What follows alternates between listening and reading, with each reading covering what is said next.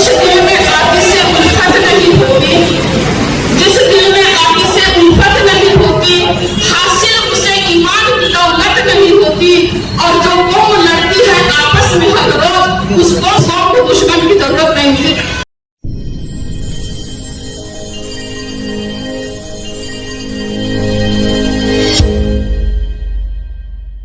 बुद्ध गया आंदोलन के लिए आप सब यहाँ एकत्रित हुए हैं, इसीलिए जो है मैं आप सब लोगों का तहे दिल से स्वागत करती हूँ, अभिवादन करती हूँ। साथियों, ये जो आंदोलन चल रहा, ये आंदोलन पूर्व वक्ताओं ने क्या बताया मुझे नहीं पता, और निश्चित रूप से उन्होंने अच्छी बातें बताई होंगी आंदोलन को लेके। मैंने जो पढ़ा, जो समझा, समझने की कोशिश की, उस आधार पर मैं अपनी बात रखूंगी। अनागारिक धम्मपाल जी जब इस देश में आए और उन्होंने जब देखा कि यहाँ भगवान बुद्ध की धरती है, बुद्ध गया, और यहाँ जो बिहार बना है इस पर दूसरे लोगों का कब्जा है। वह उस वक्त उनकी उम्र 25 से 30 साल की होगी, वो भी उस बिहार में झाड़ू पोछा करने जाते थे, तो वहां का जो ब्राह्मण गादी था वह उनके वहां पे घुसने नहीं देता था। अनागारिक धम्मपाल जी ने इस आंदोलन को आगे लेके गए, लोगों को जागरूक के, लोगों को जोड़ के रखे। उसके बाद में 1925 में राहुल शास्त्री जी, उन्होंने बुद्ध गया जो है महाबोधि विहार, वह बौद्धों को सौंपना चाहिए करके 1925 में उस वक्त की इस व्यवस्था को भी और अंग्रेज सरकार को भी उन्होंने मेमोरेंडम सौंपा था कि बुद्ध गया को बौद्धों को सौंप दो करके।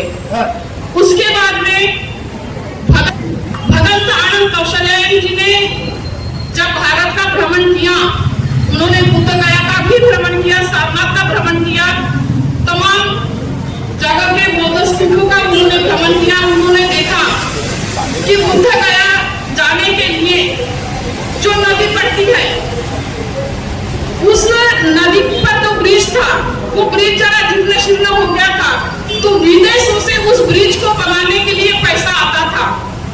वह पैसा जो है कांग्रेस और गांधी के पास में आता था, क्योंकि उस वक्त इन लोग इस देश के नेतृत्व करता थे। तो गांधी ने वह पैसा अपने व्यक्तिगत खर्चे में लगाया, काय में कांग्रेस को मजबूत बनाने में। भगत आनंद कौशल्या जी जब विदेश गए और उन्होंने बुद्ध गया की बात विदेशों के बुद्धिस्ट संगठन के सामने रखी, तब उन्होंने कहा कि हम प्रतिवर्ष बुद्ध गया के जीर्णोद्धार के लिए, वो नदी का ब्रिज नए सिरे से बनाने के लिए हम तो यहाँ से कितने बार पैसा भेजे हैं, वो सारा पैसा गांधी जी के पास जाता है। भगत आनंद कौशल्या जी ने गांधी से मुलाकात की और गांधी को बोले, स्पष्ट शब्दों में बोले कि तुम पाप कर्म कर रहे हो। गांधी बोले, मैं कैसा पाप कर्म कर रहा हूँ, मैं तो लोग मुझे महात्मा बोलते हैं, और महात्मा इसलिए बोलते कि मेरे कर्म अच्छे हैं करके। भगत आनंद कौशल्या जी ने कहे, तुम्हें पता है बुद्ध गया के जीर्णोद्धार के लिए, बुद्ध गया नदी का ब्रिज बनाने के लिए, और वह बौद्ध विहार बौद्धों को सौंपने के लिए जो विदेशों से टीम आकर पैसा आकर तुमने वह निजी खर्चे में लाए हो, यह पाप कर्म नहीं है तो और क्या है। तब गांधी जी ने इस बात को बहुत समझा, चिंतन किया, और भगत आनंद कौशल्या को वचन दिया कि मैं जो है जब इस देश में और खासकर बिहार में जब कांग्रेस की सरकार बनेगी, तो मैं बुद्ध गया को मुक्त कर दूंगा। साथियों, सवाल ऐसा है, साजिश को समझने की कोशिश करिएगा। कांग्रेस की भी सरकार बिहार में रही, सेंट्रल गवर्नमेंट में भी रही, बीजेपी की भी सरकार बिहार में रही, सेंट्रल गवर्नमेंट में भी रही। जिन्होंने वादा किया था, उन्होंने वादा खिलाफी किया, बुद्ध गया को मुक्त नहीं किया। तो हमारे लिए कांग्रेस हो चाहे बीजेपी हो, एक सिक्के के दो पहलू हैं। ना हम बीजेपी को खराब बोल सकते हैं, ना कांग्रेस को अच्छा बोल सकते हैं। दोनों हमारे लिए जो है एक सिक्के के दो पहलू, दोनों पक्ष हमारा कभी भला नहीं चाहते। ये जो मैंने घटना बताई महात्मा गांधी वाली, इसका प्रमाण मेरे पास में है, किताब में छपी यह घटना है। मुझे नहीं पता था, आज राजनांदगांव में यह आंदोलन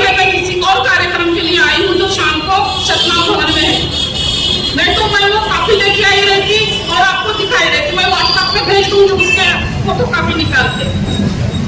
बताने के पीछे ये आशय है कि यह कितने भी साजिश करें, यह कितने भी जालसाजी करें, यह कितने भी खिलाफत करें, लेकिन बोध गया जो है उन्हें बोधों को सौंपना ही पड़ेगा और बीटी एक्ट उन्हें रद्द करना ही पड़ेगा। रद्द नहीं करेंगे, सारे विश्व में इनकी थूथू हो रही बुद्ध गया आंदोलन को लेके, भाई तुमने तो राम मंदिर ले लिया, तुमको बौद्ध विहार की क्या जरूरत है, और यदि तुमको जरूरत थी तो पहले से ही जो है तुम विदेशों में जाते तो क्यों कहते हो कि हम उस धरती से आए हैं जहाँ पे बुद्ध का जन्म हुआ है। तुम क्यों नहीं कहते कि मैं उस धरती से आया जहाँ राम का जन्म हुआ, क्यों नहीं कहते? मतलब यह बात यह साबित करती है कि बुद्ध, भारत की जो धरती है वह बुद्ध की धरती है, और बुद्ध जो है न केवल भारत के पूरी दुनिया को जो है प्रकाशमान उन्होंने किए हैं। और बाबा साहब ने बहुत सोच समझ के साथ में हमें बौद्ध धर्म दिया है। 2 मिनट की एक कथा बता के मैं अपने वाणी को विराम दूंगी। हमारे देश में सामाजिक आंदोलन चलते हो, राजनीतिक चलते हो, धार्मिक चलते हो, शैक्षणिक चलते हो, आर्थिक चलते हो, आंदोलन चलते हैं। आंदोलन के साथ देने के लिए जनता ईमानदारी से अपना साथ देती है, लेकिन कहीं न कहीं हमारा नेतृत्व करता जो है वो कहीं न कहीं सही दिशा में काम नहीं करता। ऐसा मेरा अपना निजी आकलन है, आप समर्थन करो यह आवश्यक नहीं है। साथियों, हम जिनके ऊपर आंख मूंद के विश्वास करते हैं, जिनके नेतृत्व में काम करना चाहते हैं, समाज के नेतृत्व की स्थिति क्या है? हिरण होती है और शिकारी होता है। हिरण और शिकारी में शर्त लगती है। शिकारी बोलता है कि हिरण मैं तेरा शिकार करके रहूंगा, हिरण बोलते हैं कि तू मेरा शिकार नहीं कर सकता।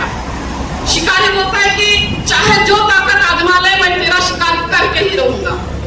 हिरण जो है शिकारी के साथ में शर्त लगा के रोज रोज अपने आप को बचाती है। एक दिन ऐसा होता है कि शिकारी छुप के रहता है और मारता है, तीर हिरण के पैर में लगता है, और पैर में लगता है तो उसका पैर लहूलुहान होता है। वो अपने आप को बचाने के लिए अपनी गुफाओं में जाती है। तो जिस रास्ते से वो जाती है उसके पैर से जो खून की बूंदें टपकती है, शिकारी उस खून के निशान को ध्यान रखते हुए गुफा तक के पहुंचता है, और गुफा में पहुंचने के बाद में हिरण को अपने गिरफ्त में लेता है। कहता है देख मैंने शर्त जीत लिया। हिरण बोलते तूने शर्त अभी भी नहीं जीता। शिकारी बोलता है कैसे नहीं जीता, मैंने तो तुझे अपनी गिरफ्त में कर लिया। तब हिरण बोलती है कि शिकारी के लिए औकात नहीं मुझे अपने गिरफ्त में रखने की, मुझे तो मेरे खून ने धोखा दिया। क्या बोलती हिरण? मुझे तो मेरे खून ने धोखा दिया है।